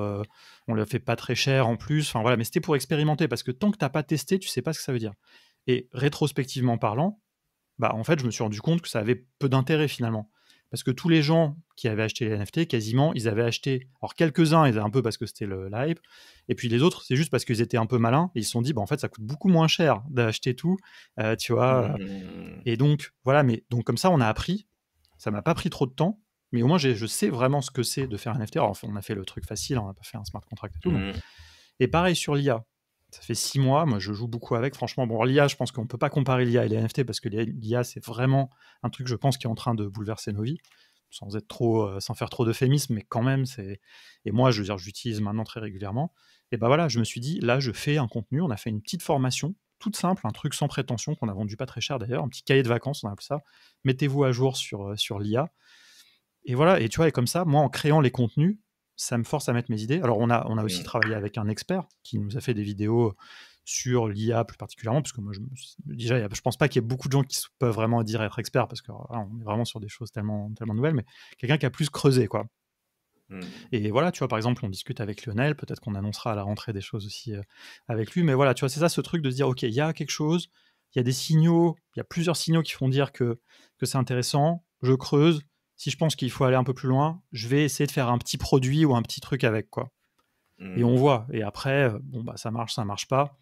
Là, le cahier de vacances, personne ne l'aurait acheté, bon, bah, je serais, bon, bah, c'est dommage, mais c'est pas grave, au moins j'ai ces contenus en vidéo, et puis voilà, à vrai dire, je les ai même fait dans un autre contexte, et puis je les ai un peu remixés pour les faire, pour les vendre sous cette forme-là.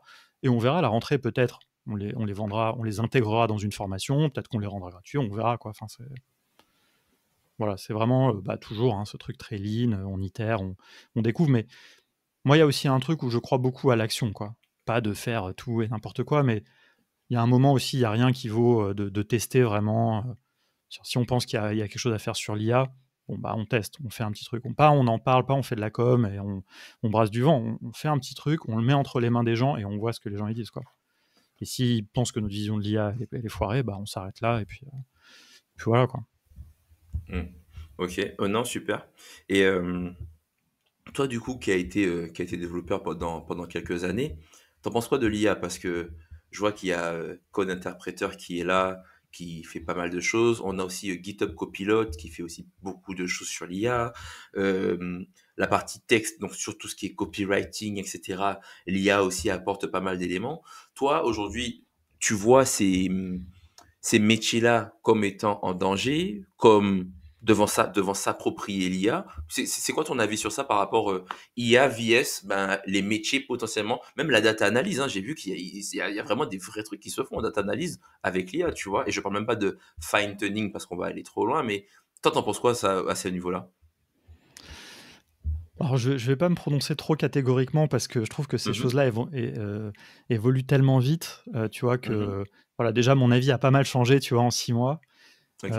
Moi je pense que les seuls métiers qui sont en danger, c'est, les métiers, c'est c'est pas le métier, c'est l'expertise. C'est les expertises trop basses, tu vois?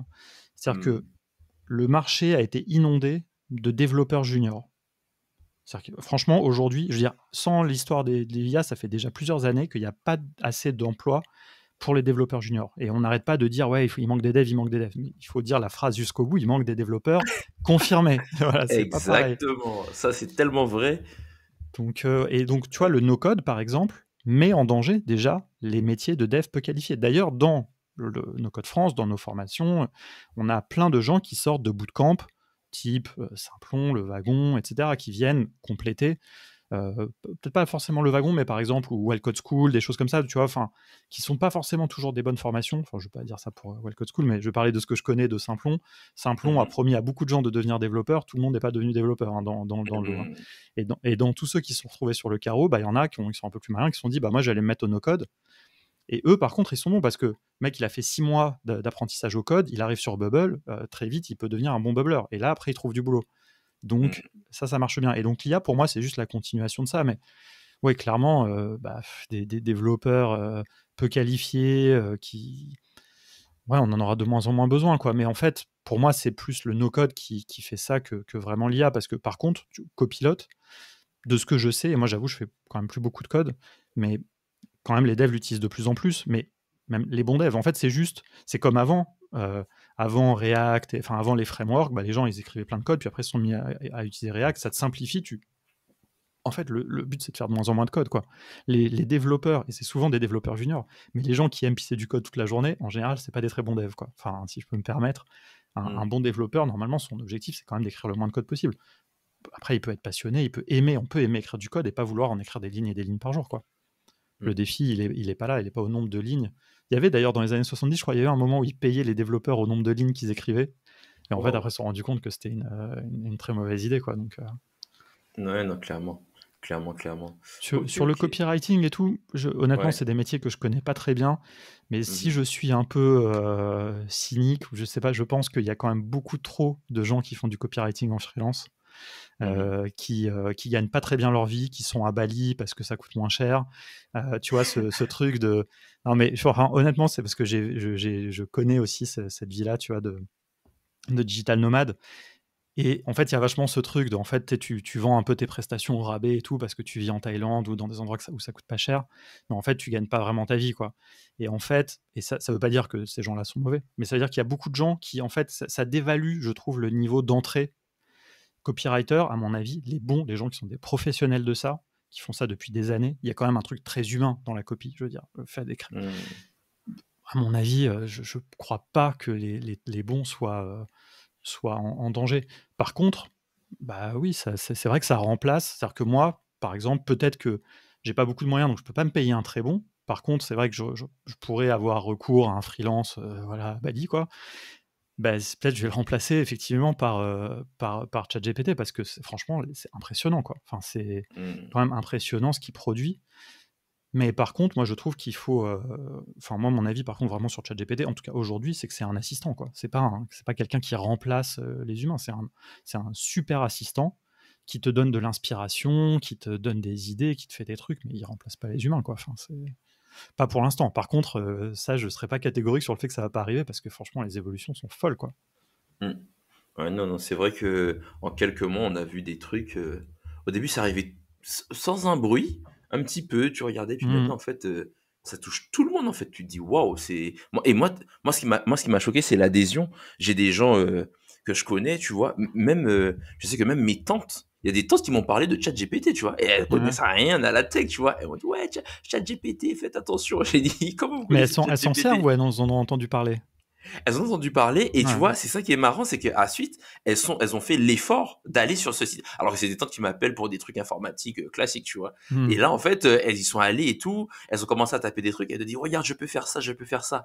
Donc, je te dis pas qu'elles font les meilleurs prompts du monde, hein, mais elles utilisent. Et je trouve que tu vois, l'adhésion. En fait, quand il y a une technologie et que même l'adhésion des seniors se fait assez sans, avec très peu de friction, là, je me dis, c'est un vrai truc, tu vois. Il y a un truc Mmh. vraiment qui est très, qui est quand même présent et il faut s'y intéresser, quoi. Ouais. Mais, Ah ouais, non, c'est clair. ouais, non, non, clairement. Ok, ok, ben, écoute, il y a un truc aussi qui m'intéresse, c'est de savoir aujourd'hui, ben, contournement, tu vois, ça existe depuis quand même pas mal de temps. Je sais que tu fais pas mal de choses. Niveau, alors j'aime pas trop ce mot, mais niveau productivité, organisation, c'est quoi une journée type de Alexis? Comment tu gères ta journée? Est-ce que tu as du time boxing? Est-ce que tu travailles le matin, l'après-midi, tu réponds à tes emails, etc. Est-ce que tu prépares tes semaines? Comment tu gères soit tes semaines ou comment tu gères tes journées aujourd'hui pour contournement? Est-ce que tu fais autour? Ouais, c'est plus, à la semaine, en fait, nous. Mais, Mhm, oui, on timeboxing à fond.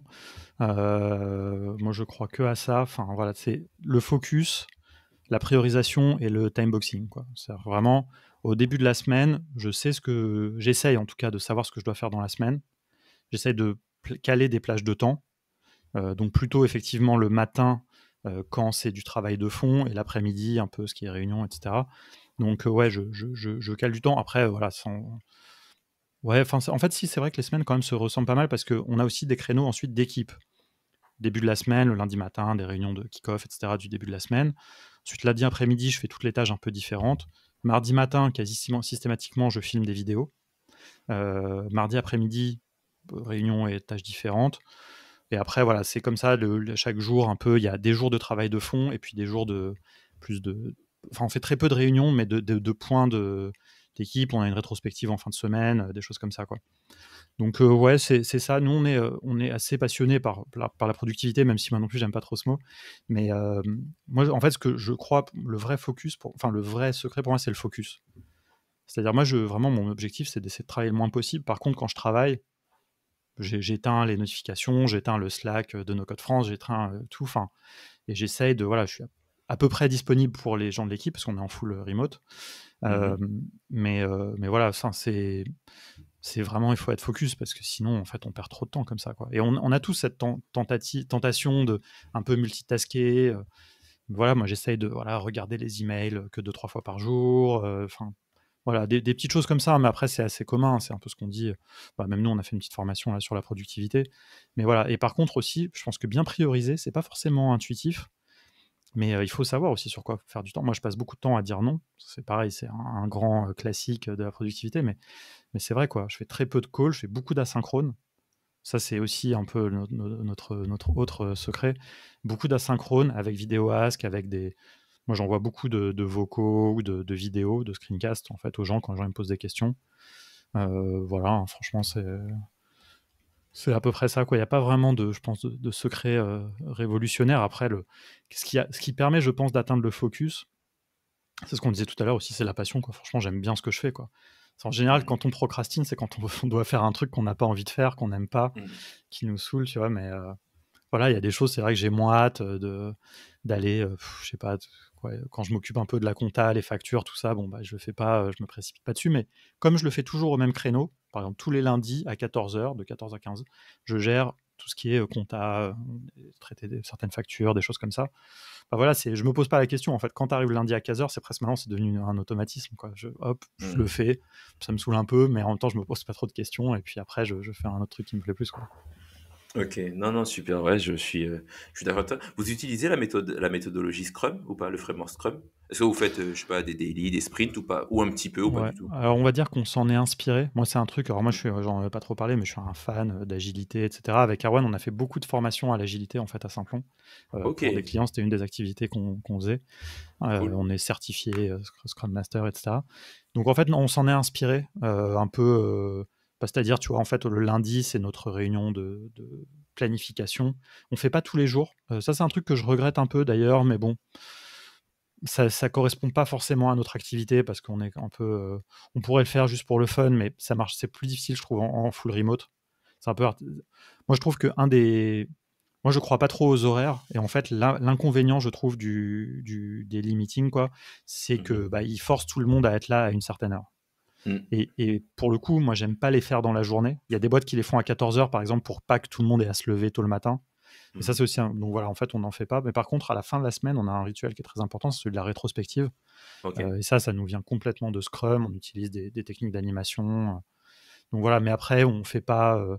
On a chacun des tâches, voilà, mais on n'a pas un truc strict de gestion de projet. Parce qu'en fait, ça correspond pas vraiment au métier de la formation, pour être tout à fait honnête. Mm. Après, on peut toujours faire coller. En fait, nous, ça serait plus Kanban, vraiment. On devrait Mhm. faire en fait des cycles comme ça, mais on le fait de manière un petit peu légère, quoi. Et pas non plus des ayatollahs.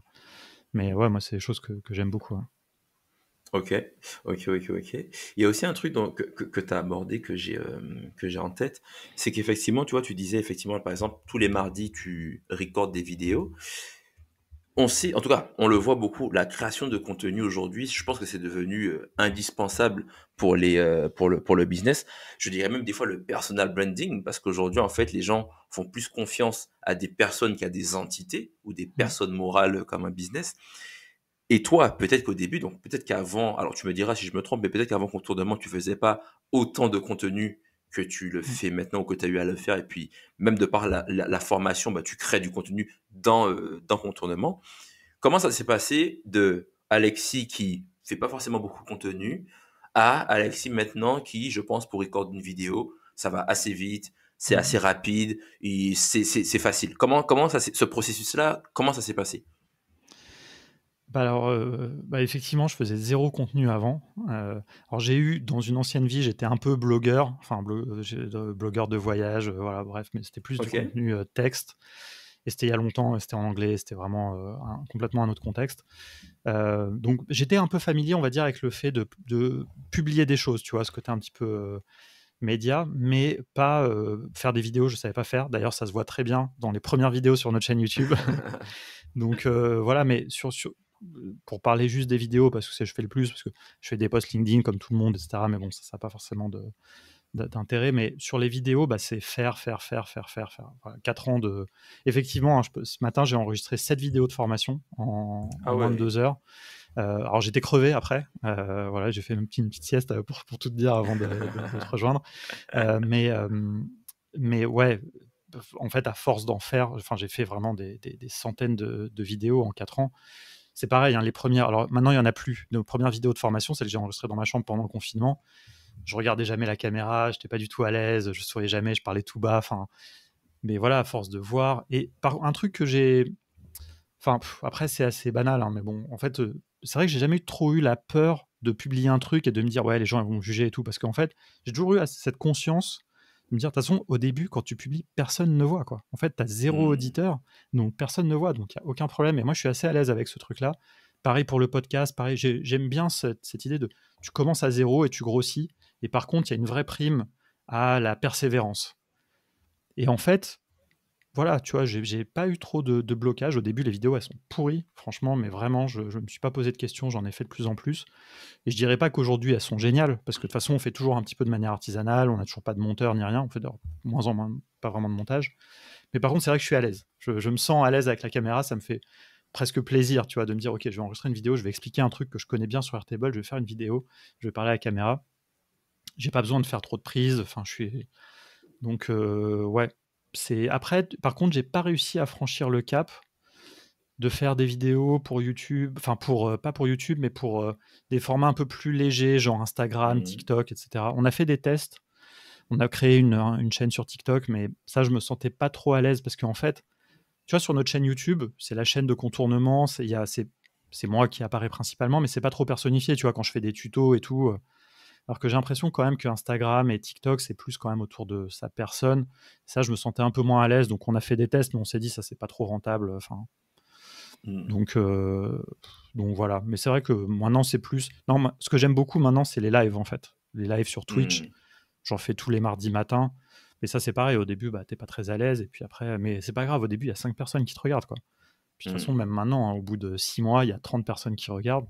C'est pas énorme. Mais par contre, je passe vraiment un bon moment, quoi. Quand tu as 30 personnes qui discutent avec toi dans le chat et tout, Donc voilà, mais ouais, il faut faire, hein, franchement, pas se poser de questions. Moi, quand je vois les gens qui attendent, qui disent ah ouais, non, mais j'ai pas encore la bonne caméra, le bon machin et tout, franchement, ça, c'est pas du tout l'état d'esprit, quoi. C'est pareil, hein, au niveau du matos, au début, je filme avec ma webcam normale. Le seul truc que j'ai fait dès le début, j'ai acheté un vrai micro. Mais par contre, j'ai pris un truc pas cher.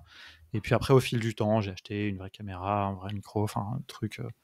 Mais ça sert à rien au début, de toute façon, personne te voit. Et puis au début, c'est pas ça qui fait la diff, quoi. Enfin, donc voilà, globalement, c'est en faisant, quoi. J'ai vraiment aucun conseil là-dessus parce que c'est juste, je pense que tout le monde en est. Il faut juste en avoir envie. Mais c'est vrai que nous, une fois qu'on a vu que les gens, ils achetaient nos formations, et puis moi, j'avoue que je me suis rendu compte un truc, mais ça, c'est vraiment propre à la formation, c'est que je préférais être tout seul à filmer des vidéos chez moi que me retrouver devant 10 personnes à former. Je me dis, hop, tu fais une fois le truc, tu le fais bien, t'as plein de gens potentiellement, si t'arrives à le vendre, hein, mais t'as plein de gens potentiellement qui vont le voir. Et ça aussi, ça donne de la motivation, quoi. Donc voilà, parce que maintenant, c'est vrai que j'ai la flemme, quoi. Aller faire une formation en présentiel, c'est pareil, ça prend beaucoup d'énergie. Franchement, je préfère. Maintenant, je suis chez moi, tranquille. Et puis, si un matin, je me lève, tu vois, un mardi matin, je me lève et je suis pas en forme, c'est pas grave, je fais pas, quoi. Je fais pas, je le ferai le jour d'après, ou j'essaie de recaler, hein. On n'est pas toujours non plus au top de sa forme, hein. Faut aussi savoir s'écouter, quoi. Est-ce que ce serait pas une des formations professionnelles du développement qui te dit souvent la méthode DRY, don't repeat yourself, et pour te dire qu'effectivement, en fait, ça veut dire que tu n'écris pas le même code deux fois, donc si tu peux factoriser, tu factorises. Est-ce que c'est pas ça, ou est-ce que c'est plus vraiment Ah ta ouais. personnalité? Oui, carrément. Ouais. Non, ça vient de ça, c'est ce côté très efficace, très. Mhm. C'est à la fois rentable, mais c'est aussi, c'est vrai, c'est éviter de se. C'est pour ça que je fais plein de screencasts, plein de trucs, parce que c'est vrai que j'aime bien capitaliser et dire, bon, j'explique un truc une fois, après les gens ils regardent, quoi. Ok, ok, ok. Non, super, super intéressant. Euh, Écoute, ah oui, il y a aussi un point, tu as évoqué ça, je vais quand même en parler. Est-ce que tu peux nous parler de la stratégie des lives que vous avez sur Contournement? Parce que je pense que vous êtes l'une des communautés dans le Slack No Code France où il y a le plus de lives. J'ai l'impression, peut-être que je me trompe, mais j'ai l'impression qu'il y a au moins un live par jour, ou il y a des semaines où il y a un live par jour. J'ai vu qu'il y a de mémoire, il y avait WeWeb qui venait de temps en temps. Il y a aussi des live bubble. Je crois qu'il y avait justement Thibaut de Auto, etc. Est-ce que tu peux nous parler de ça? Comment vous avez mis ça en place? Parce que je trouve que c'est vraiment c'est-à-dire qu'un débutant qui arrive dans le Slack de Code France, franchement, il a des ressources de fou, quoi, tu vois. Il peut poser des questions, et comme tu dis, c'est un petit format. Donc, est-ce que tu peux nous parler de ça aussi? Et pourquoi vous l'avez fait d'ailleurs, et comment? Bah ouais, non, carrément. Alors ça, c'est vraiment propre à la communauté No Code France. C'est une conjonction de faits. C'est-à-dire que moi, comme je disais, hein, j'ai un peu ce petit passé un peu média, etc. J'aime bien l'idée d'avoir une grille de programmes, tu vois. Même nous, en tant que Contournement, il y a un peu des trucs, on fait certains trucs tel jour, on publie tel contenu tel jour, tu vois, la newsletter tous les jeudis, machin. Et en fait, c'est surtout avec Stan en fait qu'on a fait ça. C'est lui vraiment qui anime ça. Moi, je connaissais pas du tout Twitch avant le confinement. J'ai découvert Twitch et Stan connaissait déjà bien. On s'est dit, au début, on avait tenté de lancer un truc écrit qui a pas du tout pris. On n'était pas à l'aise et en fait, on s'est dit, en fait, nous, ce qu'on aime bien, c'est faire des lives. Alors, on faisait déjà des webinaires, mais du coup, là, le Twitch, c'est un peu différent des webinaires classiques. Du coup, d'ailleurs, maintenant, nous, on fait nos webinaires plutôt comme des live Twitch. Mais c'est ce côté vraiment très participatif. Tu parles à ton audience, quoi. Tu parles et tu as le chat et les gens discutent entre eux, discutent. Et donc, on a organisé comme un peu une grille de programme. Et donc, ça, c'est vraiment sous l'impulsion de Stan. On avait une première émission qui s'appelle le No Code Game, tous les jeudis à 13h. Et toujours, tu vois, ce truc de la répétition. Toujours. Au début, tu commences, t'as personne qui regarde. Et puis, une semaine, t'habitues les gens.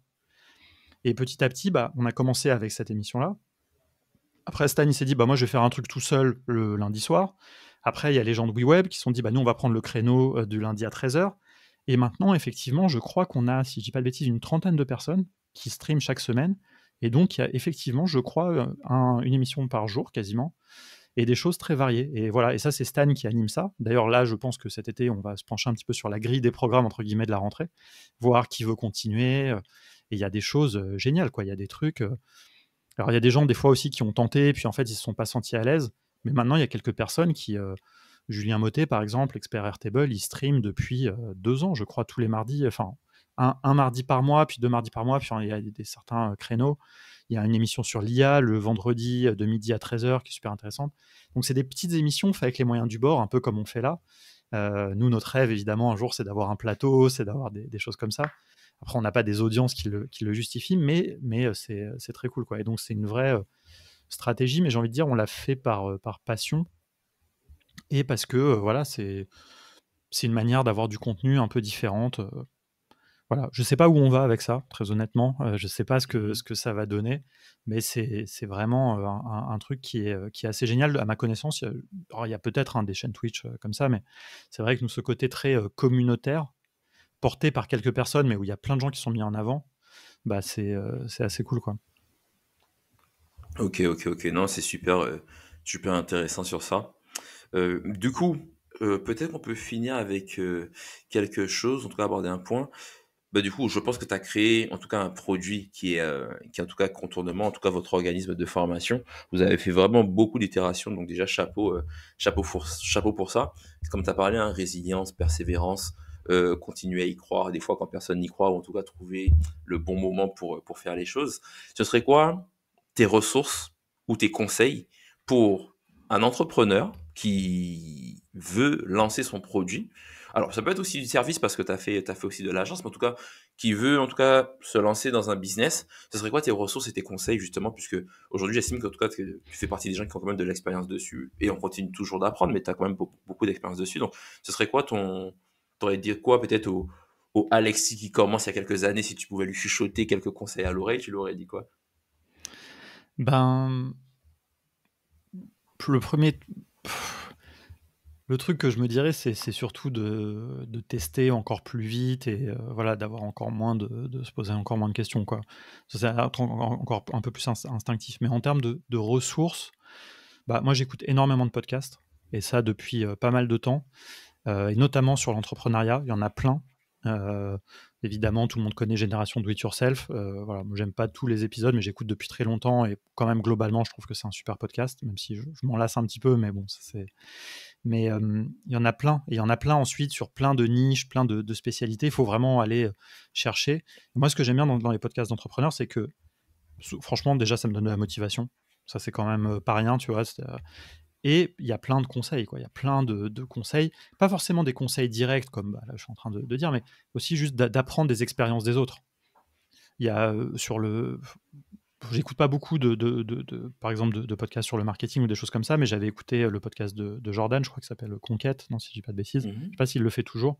Mais voilà, à un moment, je m'étais dit, bon, il faut quand même que je me mette un peu plus dans un mindset, un peu d'acquisition et tout. Bah, j'ai écouté quelques épisodes. Et voilà, c'était. J'ai appris des choses, quoi. Ça m'a donné quelques idées. Puis après, je me suis dit, bon, bah, vas-y, Gaëtan, maintenant, il était dans l'équipe, donc c'est à lui plutôt d'avoir ce rôle-là. Mais aussi d'aller c'est pour ça on lui a dit aussi, d'ailleurs, régulièrement, d'aller lui-même se forger comme ça, de prendre des trucs. Donc, podcast, livres, enfin, il faut beaucoup consommer de ressources, mais il faut aussi les digérer, quoi. Parce qu'il y a des gens qui consomment trop, puis en fait, au bout d'un moment, ça t'embrouille, quoi. Donc, il faut consommer des trucs, des fois les noter, et se dire, ok, maintenant j'essaie d'appliquer, quoi, parce que sinon on n'a pas. Donc voilà, il faut que ça infuse, que ça mûrisse, mettre un peu en application. Dans les livres, moi je suis pas très livre business. Je suis un peu saoulé par les livres américains très start-up. Le seul que j'aime bien, forcément, on a pas mal parlé à un moment dans notre newsletter et tout, c'est Company of One, Mhm. qui est un livre en fait qui n'est pas vraiment ce que son titre l'indique, parce que son titre, en gros, il te laisse entendre que tu vas faire une société tout seul. Mais en fait, le sujet, c'est vraiment ce truc de faire de la croissance raisonnée, enfin, et de pouvoir faire une petite boîte sans forcément être dans cette hyper croissance. Et c'est vraiment un espèce de mode d'emploi. Il aborde plein de sujets vraiment sous ce prisme-là. Et j'aime bien parce que c'est vraiment un super livre. J'aime bien la philosophie et tu peux l'appliquer quand tu es tout seul ou quand tu es une petite boîte. Et donc, voilà. Après, sur la productivité, il y a la 25e heure. Je trouve ça, c'est pareil, c'est une ressource qu'on cite tout le temps. C'est un livre que j'adore. Et pareil, c'est pas un truc de start-upper. C'est vraiment, même s'il y a des conseils qui viennent de start-upper, mais c'est un truc qui dit essayez de mieux travailler, d'être plus focus, d'être plus efficace pour peut-être moins travailler, quoi. En tout cas, cette 25e heure, en quelque sorte, que vous vous libérez en étant plus focus, bah, vous n'êtes pas obligé de la passer à charbonner. Vous pouvez aussi aller vous détendre. Donc ça, j'ai bien aimé. Je trouve que leur discours est hyper honnête. Et puis, alors, il y a plein de super conseils, quoi. Donc, voilà, moi, je pense que les ressources, il faut aller chercher, quoi, des ressources et se dire, je vais aller m'inspirer. Il n'y a rien à inventer. Tout a été déjà dit, théorisé. Il faut trouver la forme dans laquelle on veut l'entendre, c'est-à-dire soit l'écouter, soit regarder. Il y a plein de gens, moi par exemple, je regarde pas du tout de vidéos YouTube. Si pour ceux qui préfèrent regarder des vidéos YouTube, trouver les bonnes chaînes, quoi, les bonnes chaînes à regarder, ça je peux pas forcément en recommander. Mais voilà, et puis après, appliquer, quoi. Parce que, en fait, là, dans ce que je dis, je sais qu'il y a des gens aussi, ils écoutent, mais ils osent jamais passer à l'acte, quoi. Et maintenant, encore plus avec les outils no-code et encore plus avec l'IA aussi. Enfin, moi, j'adore l'IA. Tu vois, par exemple, j'ai un petit side project où j'écris une espèce d'aventure interactive. Voilà, j'ai cette idée, c'est un peu un fantasme, tu vois, parce que j'ai jamais été écrivain, je suis nul aussi. Artistiquement, c'est pas mon truc, tu vois, je sais pas dessiner, je sais pas écrire vraiment. Et ben, j'ai fait une aventure interactive où c'est ChatGPT qui m'a écrit le texte. C'est moi, je lui ai donné l'histoire que je voulais faire. Et avec plein d'itérations, il m'a écrit un truc qui est correct, quoi. C'est pas.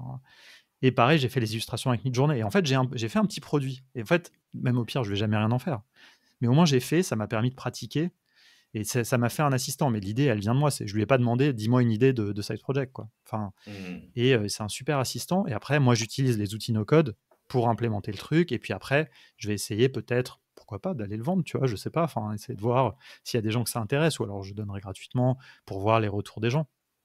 Mais il faut faire, quoi. Il y a plus d'excuses aujourd'hui, en fait, avec toutes les ressources qu'il y a, qu'on vient d'évoquer, avec les outils no-code qui permettent d'implémenter, on peut faire des choses, quoi. Il faut pas se dire, ah ouais, mais je le ferai un jour, quand j'aurai quitté ma boîte que je déteste. Enfin, tu vois, non, il faut aussi faire des choses, quoi.